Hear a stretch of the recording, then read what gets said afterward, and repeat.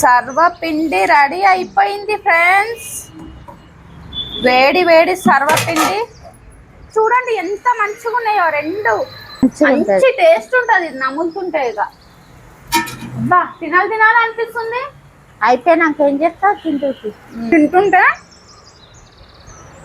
కరివేపాకు ఇంకా ఈ నువ్వుల టేస్ట్ నములుతుంటే తెలుస్తుంది ఇట్లా మంచిగా. అందుకని నువ్వులు ఎక్కువ వేసుకోవాలి. ఆపాలనిపించలేదు ఇక. హలో మిమ్మల్ని welcome back to my channel. నేను మీ మౌనిక ఈరెలి. ఈరోజు స్పెషల్ ఏంటి అంటే తెలంగాణ స్టైల్ సర్వపిండి. నేను మా అమ్మ కలిసి చేస్తున్నాం. చూడండి సర్వపిండి చేద్దాం దా అమ్మ అని పిలుస్తా. ఫస్ట్ అయితే ఉల్లిగడ్డలు పచ్చిమిర్చి పోయి నేను వస్తా కానీ అని చెప్పింది. ఇక ఏం చేస్తాం కోసి పెడతా. ఇక ఇవి కోసిన తర్వాత వస్తుందంట మా అమ్మ. ఉల్లిగడ్డ పచ్చిమిర్చి ఫస్ట్ ఆనియన్లు కొయ్యాలి. అది కూడా నాకు అసలు ఇష్టమే లేదు. ఈ కళ్ళల నుంచి నీళ్ళు వస్తూ ఉంటాయి కానీ కొయ్యమని చెప్పింది మా అమ్మ. ఏం చేస్తాం పోద్దాం ఇక.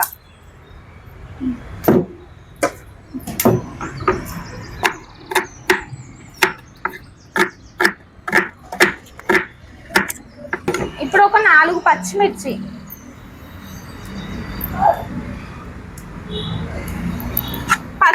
రౌండ్గా పోయాలి ఫ్రెండ్స్.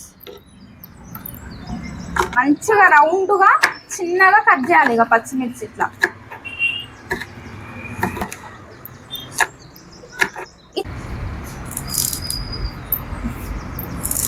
మనం కరివేపాకు ఆకులు ఇట్లా కొంచెం ఇట్లా కట్ చేద్దాం సగంకి.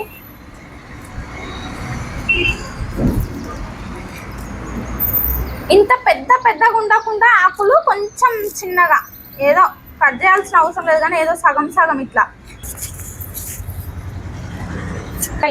ఇది బియ్యం పిండి ఫ్రెండ్స్. ఒక 1/2 kg అంత తీసుకుంది. ఏమేమి వేస్తావు వెయ్యమ్మా. ఇక ఫస్ట్ ఉల్లిగడ్డలు అయితే వేస్తుంది ఫ్రెండ్స్. నేను కట్ చేసినావు అయ్యా నువ్వే కదమ్మా కొంచెం కట్ చేయండి. నువ్వు దొడ్డు కట్ చేసినావు. తర్వాత పచ్చిమిర్చి వేస్తుంది ఫ్రెండ్స్. కరివేపాకు వేసుకోవాలి. కరివేపాకు చేసింది ఫ్రెండ్స్. ఇప్పుడు నువ్వులు వేస్తుంది మా అమ్మ. నువ్వులు కొంచెం ఎక్కువనే వేయండి, మంచి టేస్ట్ వస్తుంది. తింటుంటే మాత్రం ఇట్లా మంచిగా తెలుస్తుంటది నువ్వుల టేస్ట్. స్పూన్ చేయితో వేస్తుంది అమ్మ కాబట్టి మీరు 1 స్పూన్ కారం వేసుకోండి. 1/2 kg బియ్యం పిండికి 1 స్పూన్ కారం, ఉప్పు, ఒక 1/2 స్పూన్ అంతా ఉప్పు.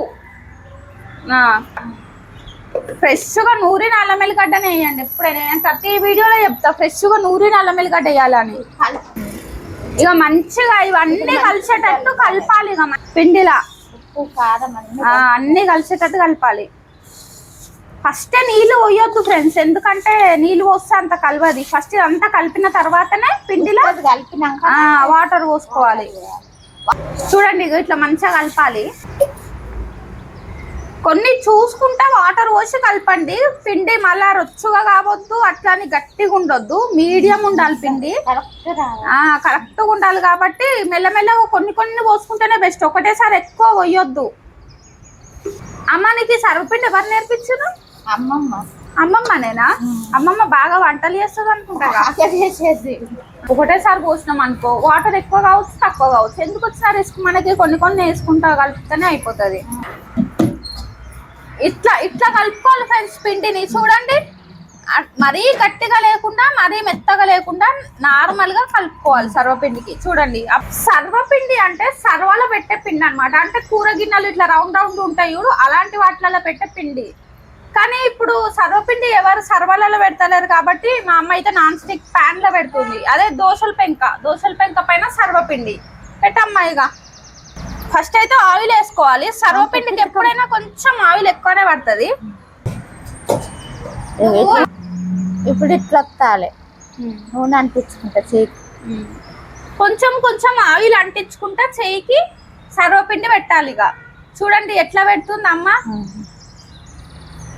చపాతీ లెక్కనే రొట్టెలు ఎట్లా జొన్న రొట్టెలు చేస్తారుగా. ఇంకా ఇట్లా గిన్నెల ఇంకా సర్వపిండి గిన్నెల ఇలాంటి వాటిలో కంటే ఇట్లా దోశల పెంక మీద గిన్నెలలో పెడితే అడుక్కు కాలుతుంది, పక్కల పొంటి అట్లనే ఉంటుంది. అవునవును. ఇట్లా అయితే కరెక్ట్ కరెక్ట్ ఇట్లా చపాతీ మంచిగా వస్తుంది ఫ్రెండ్స్. మంచిగా కాలుతుంది మొత్తం. అప్పుడు గిన్నెలలోనే పెట్టుకునేది.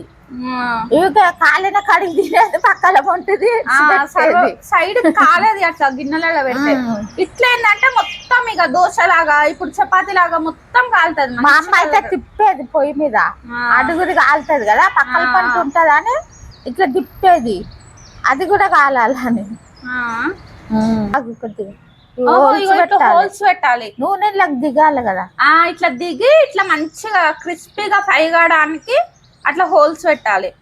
నూనె దిగుతుంది మంచిగా కాలుతుంది. నూనె అవిట్లలో పోయి ఇట్లా మంచి కలర్ వచ్చి ఫ్రై అవుతాయి అంట. హోల్స్ పెట్టుకుంటే నూనె దిగుతుంది. కొద్దిగా నూనె. సర్వపిండిని అయితే స్టవ్ పైన పెట్టేసినాం. ఇప్పుడు మూత పెట్టాలి. మూత ఆవిరి బయటికి పోగొద్దంట, మంచిగా ఉడకాలి కాబట్టి మూత పెట్టాలి. ఇది కొంచెం ఉడకనియాలి. ఉడికిందేమో చూద్దాం ఒకసారి మూత తీసి. అబ్బా మంచిగా ఉడికింది. సైడ్ ఫ్రై అయితే సరిపోదు కదా, రెండు సైడ్లు ఫ్రై కావాలి కదా, ఉడకాలి. చూడండి ఫ్రెండ్స్ ఎట్లా తిప్పాలంటే నూనె మీద పడుతుంది. అట్లా ఇట్లా తిప్పాలి సర్వపిండిని మెల్లగా. కాలలేదు ఇంకా కొంచెం కాలాలి. ఇటు కాలుతుంది కదా, ఇటు కాలాలి. ఇంకా కొంచెం ఉడకాలి. ఇది మూత పెట్టేద్దాం. సర్వపిండి చూడండి ఫ్రెండ్స్, నూనె అంటికి మంచిగా ఫ్రై అయ్యింది. ఒకసారి చూడండి ఎంత మంచిగా వచ్చిందో. ఇప్పుడు ఇక స్టవ్ ఆఫ్ చేసేసిందమ్మా, ప్లేట్లకు తీసుకుంటుంది. మంచిగా గాలింది, మంచిగా గాలింది. ఇక చూడండి అబ్బా మస్తు వచ్చింది సర్వపిండి. చూడండి ఎంత మంచిగా ఉందో, మంచిగా గాలింది, మస్తు గాలింది. ఇట్లా కలరు మంచిగా గాలింది. ఇట్లా మాడిపోలేదు, ఒక సైడ్ కాలింది కాలలేదు అనకుండా మొత్తం కలర్ వచ్చింది. చూడండి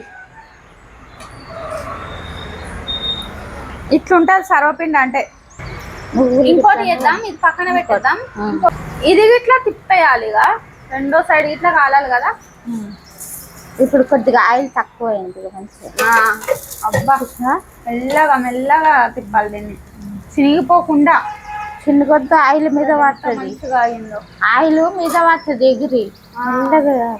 మంచి టేస్ట్ ఉంటది ఇది నములుతుంటే. ఇక అబ్బా తినాలి అనిపిస్తుంది.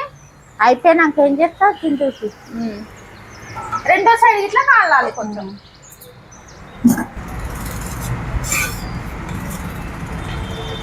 సర్వపిండి రెడీ అయిపోయింది ఫ్రెండ్స్. వేడి వేడి సర్వపిండి చూడండి ఎంత మంచిగా ఉన్నాయో రెండు. ఈ నువ్వులు ఆ కరివేపాకు ఎంత బాగా అనిపిస్తుంది. ఇది తెలంగాణ స్టైల్ సర్వపిండి అయితే అయ్యింది. తిని చెప్తా ఎట్లుందో. మంచిగా క్రిస్పీగా దించి కొంచెం టేస్టింగ్ టైం.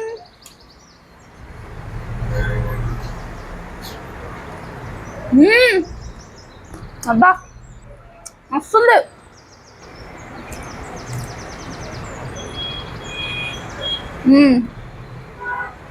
నువ్వులో టేస్ట్ ఇట్లా తెలుస్తుంది. అన్ని కరెక్ట్గా ఉన్నాయి, ఏది ఎక్కువ తక్కువ ఏం లేదు.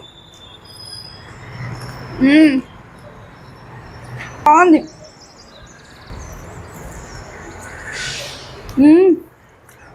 అసలు ఏం మాట్లాడబుద్ది అవుతుంది, నాకు తినాలనిపిస్తుంది అంతే.